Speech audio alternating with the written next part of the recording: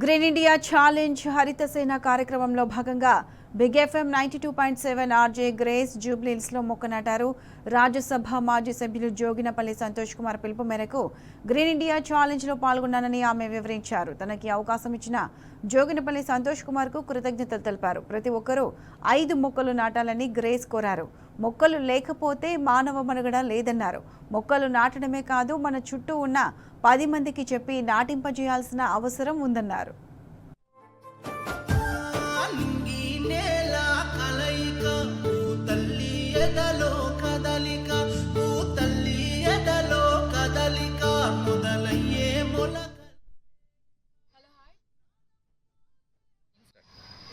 This is RJ Grace from 92.7 Big FM.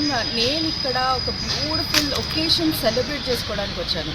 Yes, మాజీ MP Santosh Kumar గారు ఈ ఏదైతే వండర్ఫుల్ ఇంపార్టెన్స్ని మన లైఫ్లో ఇంట్రడ్యూస్ చేసినారో గ్రీన్ ఇండియా ఛాలెంజ్ హరిత సేన గురించి సపోర్ట్ చేయడానికి వచ్చాను. బికాజ్ అందరం కూడా కంపల్సరీ ఇంట్లో ఒక మొక్క నాటాలి. మనం నాటడమే కాకుండా ఇంకొక 5 మందికి 10 మందికి చెప్పాలి. That is very important. Because ఈ మొక్కలు లేకపోతే మన లైఫ్ వేస్ట్.